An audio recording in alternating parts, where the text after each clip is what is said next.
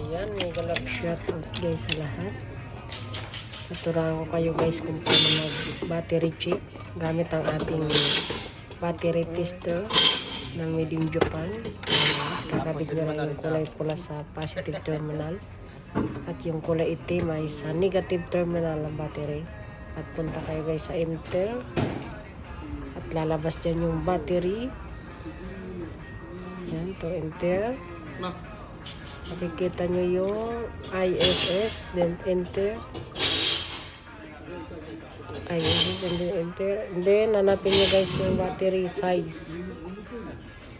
Ayan, Q-85. Yan, makikita nyo guys, Q-85, then enter.